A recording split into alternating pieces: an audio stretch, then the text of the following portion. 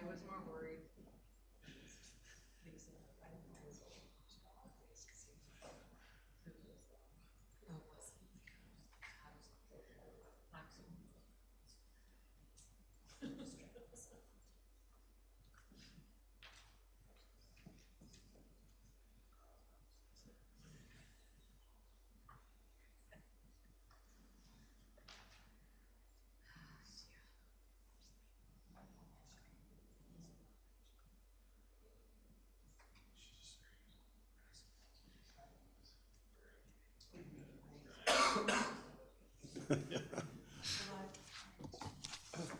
All right, welcome back. I'm going to call our regular council meeting to order, November 25th. First thing on our agenda is always our agenda, and I would like to add a 5F tonight. Feedback letter to the province on updating the South Saskatchewan Regional Plan as a 5F for council consideration, please. I just need a motion to adopt the agenda as amended.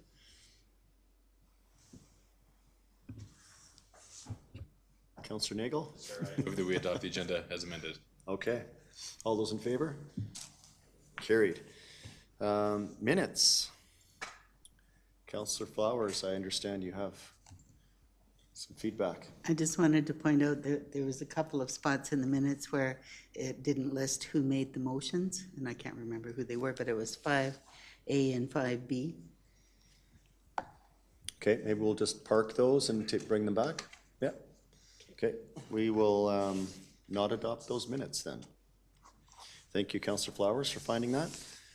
We have no delegations tonight. We do have 5A to F in business. Let's get to it. 5A is the Alberta Community Partnership Grant application. See Mr. Juden coming to the podium. Good evening. Good evening, Mayor Jung and members of council. My name is Jay Juden, and as the Director of Community Safety, one of the areas that fall under my portfolio is that of emergency management. Administration is seeking council support for a grant application under the Alberta Community Partnership Intermunicipal Collaboration Grant. This application in the amount of $200,000 is in partnership with the municipalities of Diamond Valley, Cochrane, and the MD of Bighorn. The focus is on enhancing our municipal emergency management programs and strengthening intermunicipal collaboration. If council does endorse and the grant funding is approved, the project would run from March 31st, 2025 to March 31st, 2026, and will incorporate the new Alberta Incident Management System, or AIMS, requirements, and these were mandated by the province in March of 2024. The project will promote regional collaboration by sharing lessons learned and resources with the South Central Emergency Management Committee, of which Cochrane is a member, aligning with Alberta's strategic emergency management priorities. This initiative will boost Cochrane's resilience and enhance disaster preparedness across the region. The projected and planned deliverables include the development of a comprehensive intermunicipal emergency management program, a revised municipal emergency management plan to create a standardized version, essentially, and that version will have the ability to be shared with any other municipality in Alberta.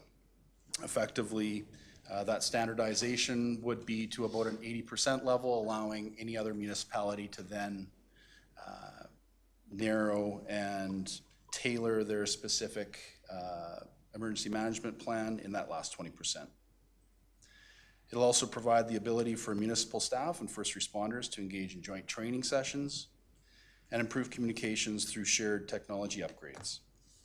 Additionally, it'll provide the development of regional simulations and drills for disaster preparedness. With this grant, Diamond Valley will serve as the managing partner overseeing administration and coordination, while Cochrane and the MD of Bighorn will contribute to planning, resource sharing, and training implementation. I can tell you that this application aligns directly with Council's strategic objectives, specifically the financial stewardship.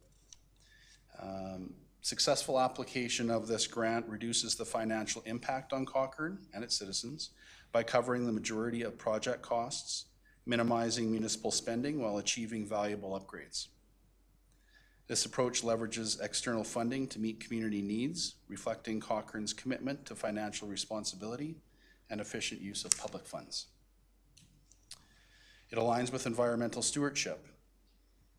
Enhancing emergency management protocols and joint preparedness efforts can reduce the environmental impact of disasters by improving the speed and effectiveness of response, minimizing damage, and protecting natural and built environments.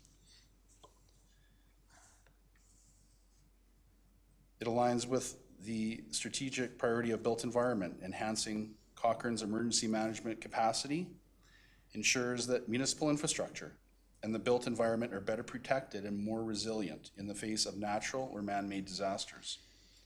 This focus on disaster preparedness helps safeguard public and private structures, supporting the long-term viability and safety of Cochrane's built environment. And by improving communication systems, which is another aspect of this grant that we hope to accomplish, and emergency response infrastructure through those technology upgrades, Cochrane ensures that the built environment is well supported by a robust emergency management framework, aligning with the goal of a resilient, well-prepared community. Lastly, it aligns with our goal of intentional relationships. And by working with Diamond Valley, the MD of Bighorn, and the South Central Emergency Management Committee, Cochrane is building strategic, intentional relationships with neighboring municipalities. These relationships strengthen regional support networks, facilitating resource sharing and mutual aid should such an emergency take place. Incorporating the Alberta Incident Management System demonstrates Cochrane's commitment to provincial collaboration and alignment with broader provincial goals, reinforcing relationships with the provincial government and setting a standard for compliance and leadership. Thank you for the opportunity to present this information to you tonight. Again, administration is seeking council support to proceed with this grant application. Thank you. All right, thank you, Mr. Juden, for your presentation tonight. Councillor Reid, first out of the gate. I would move the council support the application for the Alberta Community Partnership, ACP, Intermunicipal Collaboration Grant. I was excited about not excited about that's too strong a word, but I was in support of this the first time I read it. That in rereading it, I'm just trying to understand why Black Diamond and the MD of Bighorn, when Rocky County would seem to be a more appropriate partner in this. Yeah, so we put out a request through the South Central Emergency Management Committee of 23 municipalities, as I said, where Cochrane is an active member. Those three gave us a really good cross-section of a municipality, MD of Bighorn, rural area, as well as Diamond Valley, who is looking, is amalgamated those two communities and requires much more additional support than we do, essentially. So if I understand it correctly, then that these three municipalities are representing the group of 23, and the results of that will be shared then with the group of 23? Councillor Reid, through the chair, yes, that's correct. Okay, and then if I could ask one other question, what is our commitment? I understand that Black Diamond is the managing partner, but what is it that we actually would be contributing, and who, and I'm just trying to get a handle on what that level of commitment is. So we'll be, Councillor Reid through the chair, we'll be assisting with development of some training. We're essentially a contributing stakeholder without having the necessity for budget, tracking, accounting, as well as any reporting to the province. So does the money cover our in-kind contribution, or is our in-kind contribution in addition to the money? Yeah, Councillor Reid through the chair. Yeah, that is correct. It does count. It will cover any current work that any work that we would regularly undertake as administration. Okay. Yeah, again, I think this is a really great initiative. I'm happy that to support the grant. I think any grant applications that can subsidize the work that we would normally do and bring together partnerships in this kind of way is a good thing. Thank you. Councillor McFadden? Yeah, thank you. I had three questions. Councillor Reid had identified the first is, why Rocky View County seemed to be the natural partner, but you've explained that well. My next is regarding the timeline of the grant. You're getting council endorsement is the ask tonight. And then what's the timeline when we might hear back about whether the municipalities have scored the grant? Councillor McFadden, through the chair, it'll be early in 2025. We've been told likely in February. Okay, and the idea was that this project would kick off in March, pending good news. Sorry? Pardon? Sorry, the timeline here was that the work would kick off in March, Correct. pending the results of good news. Yeah. Okay. And if we don't get the grant, is there a plan to continue with the work outside of the grant? Or what would happen if we are not awarded the grant? Councillor McFadden, through the chair. Yes, that is correct. We would continue on development of our emergency management program. This just adds a lot of horsepower and the opportunity to hire a single consultant or a consulting firm in order to do all of that work for us. It also allows for a standardization of emergency management planning and plans that translates across municipalities, which is in alignment with the provincial strategic objectives and what they want to do with this grant. Sure. No, and I understand and support the value of the grant. I'm just curious that if we don't get the funding, how are we going to continue with this work? Will it wait a year, or is there currently funds in the budget next year to do this work without the grant? This, Councillor McFadden, through the chair, this work will continue. I mean, it would still occur. It's just that most emergency management planning and work is done off the corner of desks of many people, most people in most municipalities. There's only one person usually assigned to that work, and it's usually off the corner of their desk. So that work could be completed and will be completed whether or not the grant funding is received. It would just be on a much longer timeline. So it would be delayed and might not be as robust as the value we would get out of this grant. Councillor accurate? McFadden, through the chair, yes, that's correct. Okay, great. Yeah, thank you very much. Okay, I don't see any other questions. The only thing I would add, Mr. Juden, is kudos to you and your team for identifying this as an opportunity to do all the things that my colleagues have just highlighted and you in your report. But utilizing these grants for offsetting costs to our municipality and fast forwarding the work that we can achieve by collaborating with our neighbors and partners in the province is only a good thing. So appreciate the work from the team to get us to tonight and happy to endorse it. Okay, I'll call the question. All those in favor? Carried. Thank you. Thank you very much. Good luck. 5B is one of a series of utility bylaws we have in front of us tonight for first reading. Mr. Tooth, we're talking about the water utility bylaw amendment. Perfect. All right. Good evening, Mayor and Council. I'm Sean Tooth, Interim Director of Utilities. Thank you for having me. Tonight, I'm requesting the Council give first reading to the 2024 Water Utility Bylaw Amendment 05-2024, which reflects proposed rate increases for 2025 as presented during the special council meeting on November 13th. As a reminder, at the special meeting on November 19th, Council provided direction to increase the water and sewer rates by $1.50 per month for the average customer, which would result in approximately $300,000 of reserve contributions. I am now going to briefly walk through the figures that were impacted by Council's direction.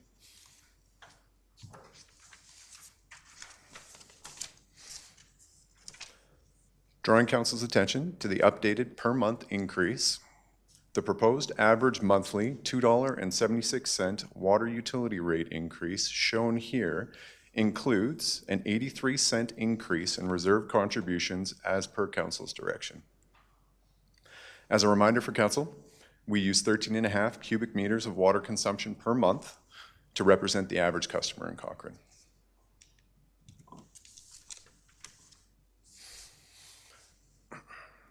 As a reminder for council, drawing your attention to the changes that are primarily responsible for the 2025 budget increase. Service contracts, responsible for 34% of the budget increase, will fund the proposed critical main inspection program. Please note, the budget increase represented here is funded by a one-time withdrawal from operational reserves. Resources, responsible for 8% of the overall budget increase. The resources line represents the staffing allocations presented to council on November 13th. Inflationary impacts, responsible for 4% of the overall budget increase. The price of insurance and electricity had the most impact here. Administrative expenses, responsible for 5% of the overall increase. These costs represent the increase in consulting fees from 2024 to 2025 to fund our planned utility rate review, as well as the $25,000 increase in our water conservation program budget. Contribution to capital, moving from $571,000 to $726,000 as per council's direction, is now responsible for 34% of the overall budget increase, which will help address our projected water reserve budget deficit. Meter renewal, responsible for a 1% reduction in the overall rate increase. A reminder for council, half of our water meter renewal program is now funded by our sanitary sewer utility.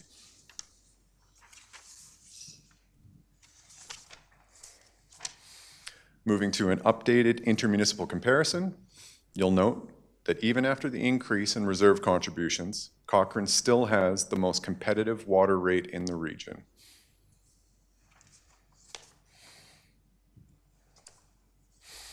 That concludes my presentation. Thank you for your time.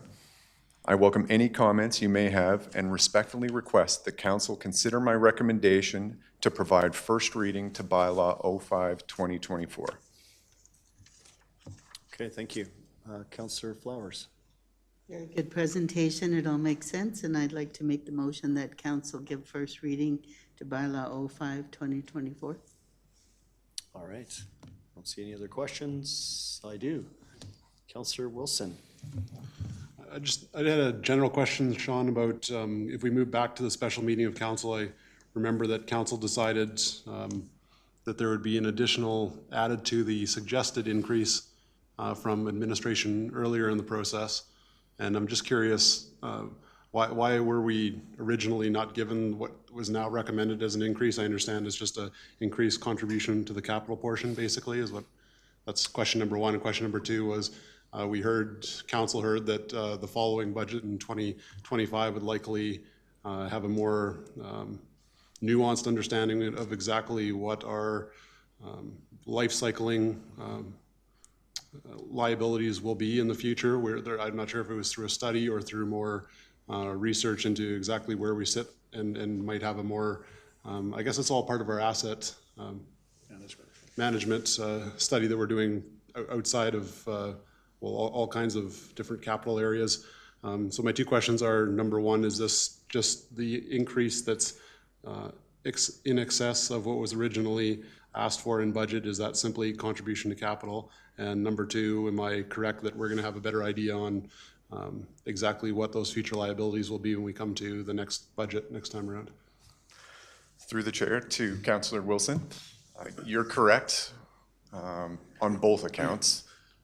I would like to point out that, yes, next year we'll have a much better understanding of what we need for reserve allocations. Both the utility rate study and the CCTV assessment that's ongoing right now will give us much more clarity on what we need for reserve contributions.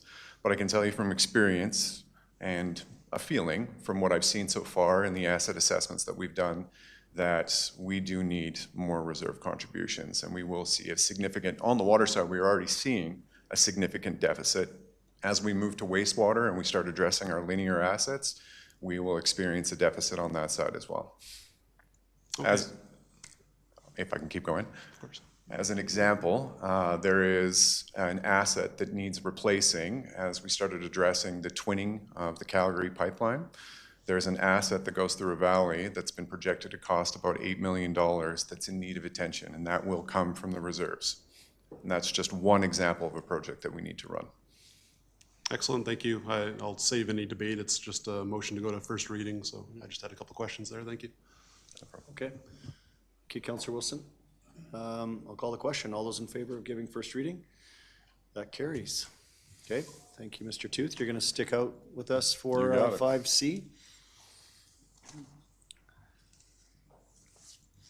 Not stick out, stick with us. If you stick out, then. I understood what you meant. It might be, make the newspaper tomorrow.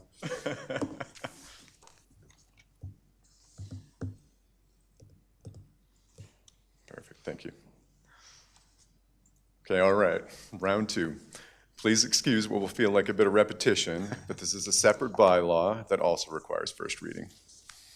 Tonight, I'm requesting the council give first reading to the 2024 Sanitary Sewer Bylaw Amendment 06-2024, which reflects proposed rate increases for 2025 as presented during the special council meeting on November 13th, and also incorporates council direction from the special council meeting on November 19th.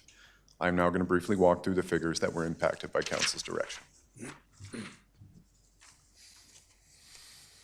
Drawing council's attention to the updated per month increase, the proposed average monthly $4.42 sanitary sewer rate increases shown here includes an 82-cent increase in reserve contributions as per council's direction.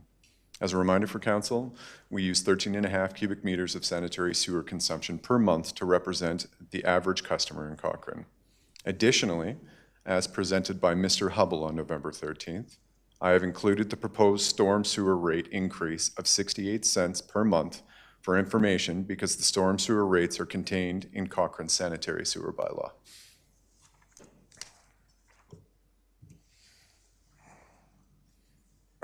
Drawing your attention to the updated changes that are primarily responsible for the 2025 budget increase. Resources are now responsible for 10% of the rate increase, and they represent the impact of the planned staffing additions that I spoke of on November 13th.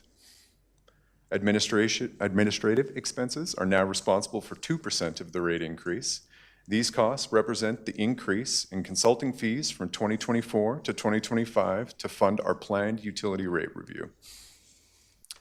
Purchases from other governments, now responsible for 18% of the overall rate increase.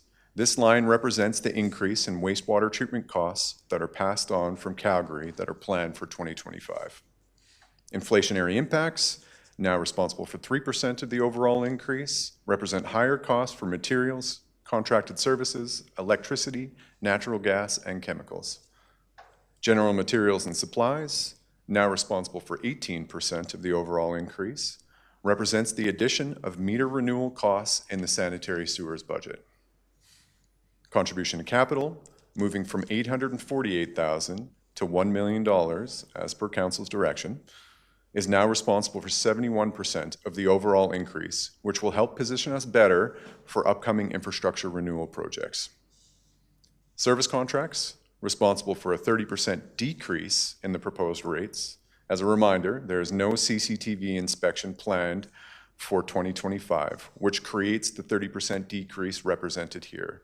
The CCTV program will start again in 2027.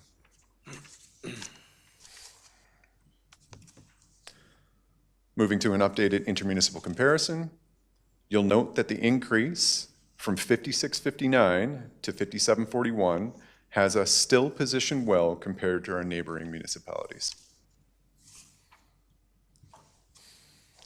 That concludes my presentation. Thank you for your time.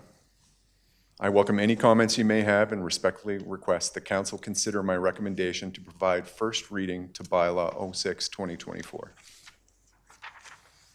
Okay. Over to you, Councillor McFadden. Yes, thank you very much. I'd like to move first reading of bylaw 07-2024 waste management. I did have one question on your previous slide with the comparatives there. So Cochrane is at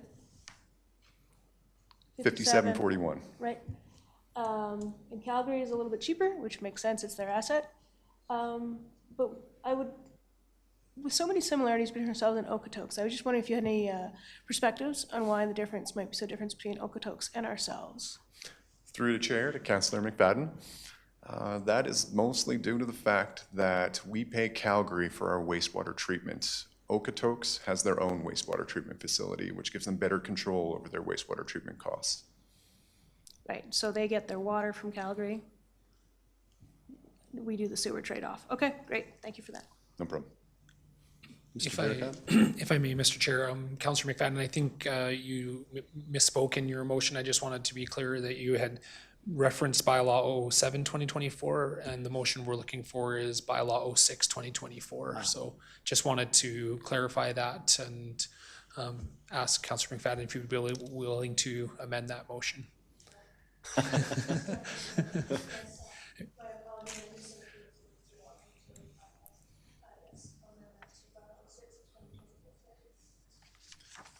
Okay, we are procedurally correct. I don't see any other lights on. Call the question. All those in favor? Carried. Thank you. And that concludes your portion of this evening. Okay, thank you. Let's move to 5D bylaw 07, 2024, waste management bylaw. Mr. Hubble. Good evening, Mayor and Council. Tonight I'm seeking first reading for amendments to Waste Management Bylaw 07, 2024, Fee Schedule B specifically. As discussed at last week's 2025 budget deliberations, there are no increases being recommended to the waste collection and eco-center rates, as any increased costs to these departments are being covered through contracted rate negotiations and growth. Now, within Waste Management Fee Schedule B, administration is recommending a $3 increase for the purchase or replacement of new 120-liter waste carts. The developer community sets up all new housing with our 3-cart system, that's the black, the green, and the blue, using the new account setup fee, which we're proposing to increase from $234 to $237, or if a resident or business wished to purchase an additional or replacement cart, the proposed fee is increasing from $60 to $63. The cost for the Waste and Recycling Department to purchase and supply these carts has increased, and we are simply passing the $3 increase on starting 1 January 2025. Thank you for your time. I welcome any comments and respectfully request Council consider my recommendation to provide first reading to bylaw 07, 2024. Councilor Reid. Yes, I'll move first reading of 07, bylaw 07, 2024. I did have a question though, when it came up just recently from one of my neighbors. During the cold snap that we're in, one of their residential waste carts was seriously damaged by the lifting arm of the waste truck. Is it their responsibility to pay the cost to replace that, or how is it? I'm just curious, and I want to be able to provide this resident with some feedback. Through the chair to Deputy Mayor Reid, it is not on the resident. We will cover the cost for that ourselves. They simply call our waste and recycling hotline, and we'll send somebody there to exchange a cart with them. Okay, great, thank you. Okay. Don't see any other questions. I think you outlined the changes very well in your presentation. Thank you. All those in favor? And that carries. Thank you, Mr. Hubble. 5E. Ms. Robertson, the election bylaw 26, 2024. Good evening, Mr. Mayor, members of council. Before you this evening is the election bylaw 26, 2024 for your consideration of second and third reading. Although bylaws are not necessarily a requirement under the Local Authorities Election Act, they are encouraged as there are specific matters within the act that require authorization from council, either by resolution or bylaw, such as conducting institutional votes and providing elector assistance at home. Council has seen this bylaw now at the Committee of the Whole meeting on November 4th. We were before you on November 11th for first reading, and as there were no revisions requested at November 4th Committee of the Whole, The bylaw is fundamentally, as you saw it in those last two opportunities, and we're looking for second and third reading this evening for the bylaw. I'm happy to answer any clarifying questions council may have.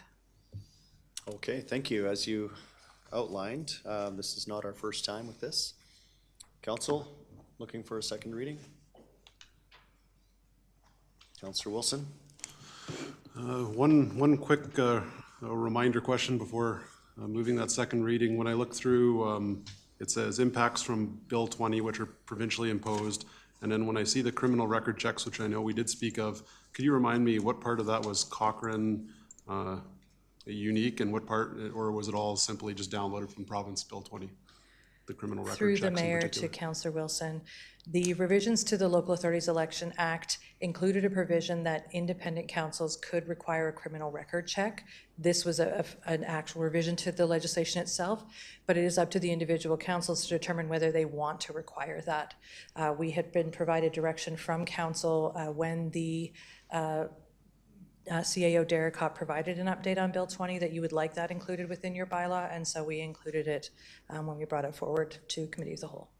And can you remind me what that looks like for a potential for a nominee then? If a criminal record check is done and something's found in your criminal record check, does that mean you're just ineligible? Does it mean it's just made public? I don't understand what happens. Through the mayor to Councillor Wilson, the criminal record checks with the new legislation, they're required to be published. So it does not prohibit anyone from running for council unless that criminal record is tied to election financing violations. There are specific pieces of legislation that would exclude you, but this essentially will be a document that gets published on our website along with the application. So the inclusion of this in the bylaw requires it to actually be filed with your nomination paperwork. The only redactions allowed within the legislation would be the address of the candidate. The entirety of the criminal record would be posted on our website with no redactions allowed by the legislation. But it does not prohibit anyone from actually running for council. Excellent, seems reasonable. The only other thought in my mind then is, does that slow down the nomination process? I actually haven't done a criminal record check before. How long does that take? How onerous would that be on a nominee?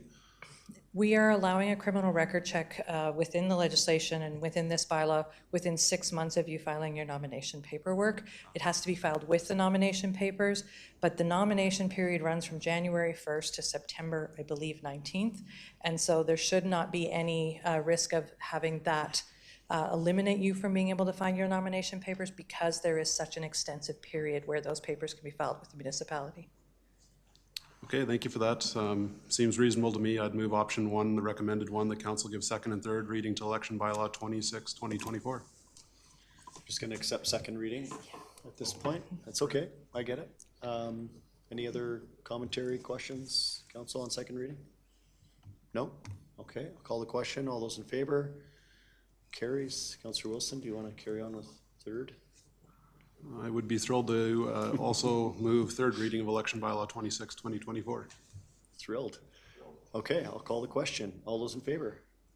Carried. Thank you. Thank you, Ms. Robertson.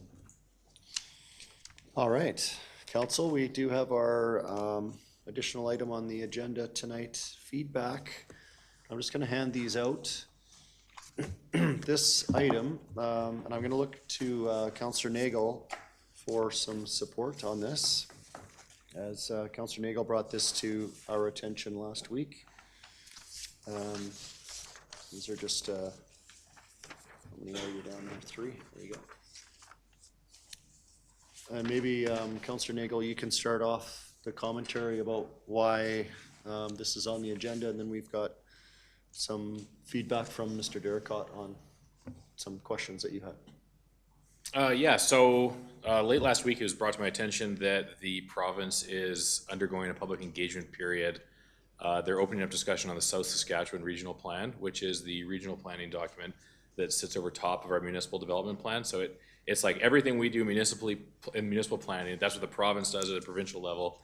And the document's only updated on a once every 10-year basis. And I found out about this just late last week. We have until December 6th to put forward some feedback, but I have it from a very good source that if a municipality puts an issue forward as part of that engagement process, especially like a letter that's endorsed by a council, that it can be elevated right up to the ministers and be taken directly into consideration. So I view this as our literal once in a 10-year opportunity to try and engage with the province about conserving green spaces for environmental protection and ecotourism. Not just one or the other. I really want the letter to be about asking the province to just earmark beautiful regions in between here and the Rocky Mountains for enjoyment for generations to come, and not only environmental protection, turning them into areas that can't be used, but also creating economic opportunities for people to recreate, whether it's hiking or camping or enjoying our many ravines. And what's interesting about this this conversation is it ties in with all of our strategic documents and all of our strategic conversations we've been having, and that we want to have more green space all around us. But it also aligns with the province's strategic direction on 2 points. Travel Alberta, which is a very important agency of the Alberta government's tourism initiative, has identified Cochrane as part of one of their top 10 zones for tourism development. It's Cochrane Sundry area, they call it, I think. And then we align with their strategic policies there. And then secondly, they have a strategic policy priority of diversifying their ecotourism, because there's always been such a huge focus on the Rocky Mountains. And my understanding is the Alberta government feels that there's other natural spaces that should be enjoyed, like everything around us here in the foothills. So the ask is to put this forward as a letter that we unanimously endorse to the Minister of Tourism and the Minister of Environment, and send it to them and ask them as part of the update to the SSRP that they look to mark green space for ecotourism and protection. Okay, good preamble. Councillor Reid, sorry, you have a point, question? Brothers separate at Deputy birth. Mayor. Brothers separate at birth. Councilor Nagel made me aware of this, I guess, late last week, based on my real interest in environmental protection, and I was quite excited about the opportunity and was happy to support this letter of endorsement. And I appreciate him raising it and us getting on the bandwagon in terms of being able to take advantage of this. Councillor Flowers? I'm just curious what it means to us in the community of Cochrane. Is it outside the community, or does it also relate to like our own wetlands? Councillor Nagel, please. That is a point that I discussed with Jeff and the mayor and our CAO, that I forgot to bring up just now. That I think that is in this letter, but we want to work with the province to connect these regional parks and pathways to our park and pathway systems. As part of, I think it's in here somewhere. Is it? Yeah. Yeah. So it's about creating ecotourism opportunities all around Cochrane and then plugging them into our multimodal transportation network as well. Yeah, if you look at the last paragraph on the first page, it references our broad trail network and multi-use pathways, and could serve as critical connectors within a larger regional system. Yeah. Administratively, we had some questions about where administration interfaced with this this engagement process, I guess. So, Mr. Derricott, if you wouldn't mind to fill us in on that circling back that you were to do. Yeah, thank you, Mayor Genung. I will do that by passing it directly over to Mr. Hindman, who can share our administrative perspective on the review exercise of the SSRP. Thank you, Mr. Derricott, and for council. We were well aware of this. However, we felt that a lot of the work through the growth plan, through the CMRB, Envision Cochrane, as well as our strategic plan, aligned very closely with this. So we did not make any submissions. However, we have seen the letter and are in support of that direction. So. If I may just add one thing, thank you, Mr. Hindman, is we are also have not received any feedback from the province that they're contemplating significant changes to the SSRP. It's a scheduled review that happens every 10 years. And so with that in mind, as Mr. Hindman suggested, we hadn't engaged beyond just being aware that they were undertaking that exercise. Okay, so this will certainly add something, a voice to it. So your ask tonight, Councillor Nagel, is that council endorse this letter. Go ahead. Yes, I would move that council endorse this letter and then the mayor send it off to the minister's offices and CC all of us on it. Okay. Any further discussion on that? Pretty straightforward. Thank you, Councillor Nagel, for bringing this to our attention. Hopefully it lands in a good place and we get some action from it. So thank you. All those in favor? And that carries. Okay. That was 5E. I lost my agenda. Here it is. Or that was 5F. I'm back. No notices of motion. Do have a brief mayor's report tonight. You can tell by my voice, excuse me, had a really good time at Light Up. It was also very cold. But just hats off to all the volunteers, all the sponsors, our communications department, parks, all of the team. I shouldn't have listed anyone because I've missed half, I think. But I know there's a lot of individuals and employees that help pull off Light Up and make it what it is. I think the weather kind of hampered the crowd a little bit, but the people that were there were super happy, engaging. I really loved our booth. Handing out glow sticks, I think, is our new thing. Well, old thing from last year, but no longer hot dogs. Is a really good way to engage with people and clean and also safe for the kids. So, and the odd dog had a nice glow stick collar, but really liked our presence there and appreciate all the work that it took to make that a huge success. Every single person I talked to thanked the town, and I know there's an organizing committee, but for hosting such an incredible event for their family. And I didn't have one negative comment, and that's rare in a public interface. So thank you for that. The last couple of weeks were mainly budget dominated, so I don't really have a lot to talk about other than, and I'll end with this one. CMRB on Friday was hosted in Cochrane, right here. We had, as we move around the region, we each take turns hosting, and it was back to Cochrane again for the second time. And we were notified about 2 days prior to the meeting that Minister McIver wanted an audience with us. So it was a closed session that lasted about 45 minutes, and then we were given permission to speak about it publicly, but the province informed us that they are no longer funding CMRB as of January 1st, 2025, which is in a month. So pulling the funding from that, and what is actually more concerning to me is that it is no longer mandatory to be sitting at the regional table.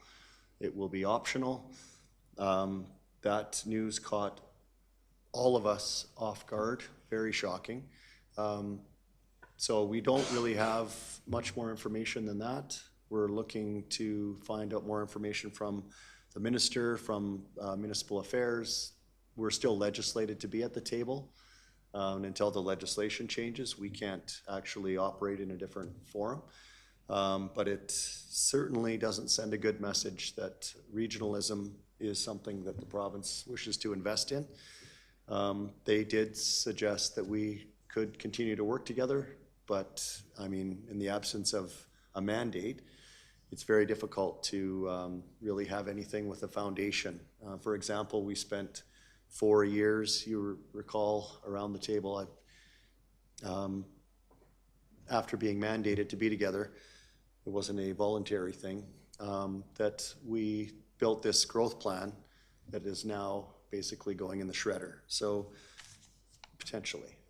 So there's an optional component to it, but again, the board hasn't had really only just the weekend to kind of contemplate what this might mean or what it means financially to us, but certainly kind of has thrown a wrench into regional collaboration. But that was CMRB on Friday, so pretty impactful meeting. Happy to answer any questions or listen to some council reports. Councillor McFadden. Yeah, I don't have an extensive council report. I did attend the Cochrane Tourism meeting, so getting in the swing of all the committees. My question actually is related to your update. Have we heard anything, or do we know what the province's approach to the Edmonton Metropolitan Regional Board is? Is it consistent or different? Yeah, thank you. I should have mentioned that. The EMRB has also been defunded, the same. So there Same is no across the board? Edmonton Metropolitan Region Board. Well, I shouldn't say that. It's not being funded anymore. There's still a board. Yeah. So would also be considerations that membership may not be mandatory up there as well? Yes, exact same message was delivered. We just got it first, 9:30, and then 3:30 in Edmonton. They received the same, exact same message that we did. Okay, thank you. Councillor Flowers? Yes, I too wanted to say how much I enjoyed Light Up, and thank you to all the staff for holding it together on our behalf. It was a long time to be out there giving out things and wandering around. It was very chilly, but people were in a really good mood and, like you say, happy, and got lots of positive comments as well. The other thing I did that evening was go to the Legion and represent council at the 50th anniversary of the Legion. So I gave a little speech and had a good time there. They are really central to this community and provide a lot of activities that bring people together, and thanking the veterans, and just really good stuff happening at the Legion. And I've been a member since 1999, which is 25 years. Half the time it's been, that building's been there. Shocking, isn't it? Anyways, it was really nice to be part of it. Thank you for doing that, Councillor Flowers. Councillor Wilson? Just a quick question about the CMRB news, and it can be rhetorical for now. I'd assume at some point we'll probably get an administrative response and recommendation on where we might go from there. But on the main teeth of the CMRB was the growth plan, as you outlined, and the fact that anytime we approved a development in Cochrane and area structure plan, we'd send it to the CMRB for approval and it would come back. Obviously, if it's unfunded, that also means that whole process is now voluntary or just not even in existence, straight gone? Okay. That's what we're hearing. Yeah. Tonight when we were listening to, at the public hearing, and the reference to our MDP having to go through through CMRB. Currently, we're still mandated to do that. So I believe our timeline is December, so we would still have to submit. Whether that actually, if the legislation changes, that's the waiting game we have in front of us, is municipal affairs, changing legislation, changing it to what, and then we'll follow that. Okay. But the indicator was that it would be gone.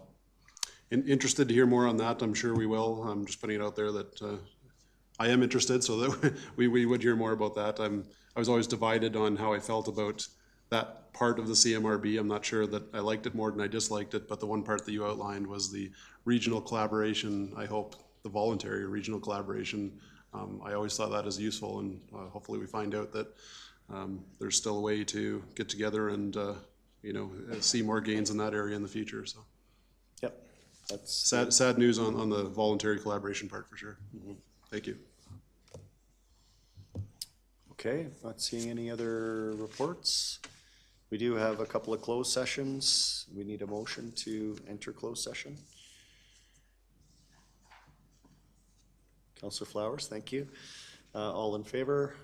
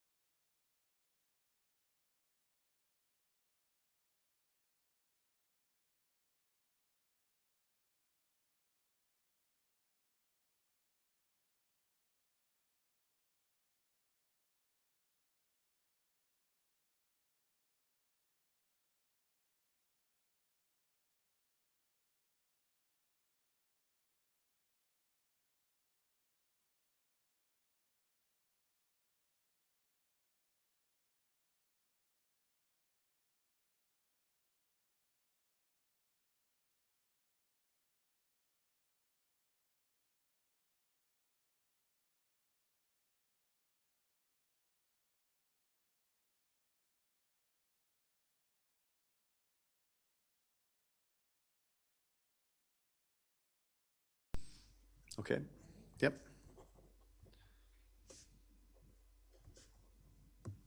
Okay, we're back live. We need a motion to come out of closed session, please. Counselor Reid, all in favor? Carried. We have a motion arising from our closed session. Counselor Wilson, I'd like to move the council direct that the in-camera meeting discussion remain confidential pursuant to section 24(1)D of the Freedom of Information and Protection of Privacy Act, and further that council direct administration to proceed with option 1 as presented in camera. okay.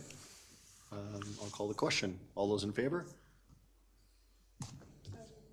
Yes. Yes, okay. None opposed? All right, that carries. And that concludes our meeting. This meeting is terminated.